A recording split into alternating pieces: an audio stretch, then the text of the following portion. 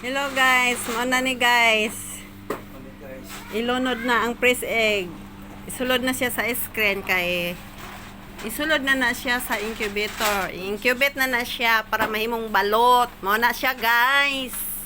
Hello guys. Muna guys. Muna among operator guys, opaw. Well to guys, thank you. Unya na kay mo.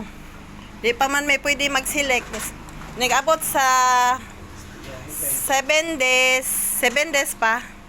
Silikon na po na siya na IRG. I-separate ang matra. Then ang Pinoy uga. Pinoy sabaw. Silikon na siya dire guys. So, na may detector diha guys. Diha, pasigaso ga diha. Operator. Iwas ko kuan. Ya silikon niya. Makita na diha og 18 days na ba siya. Dire select na diha. Kato lang guys. Thank you.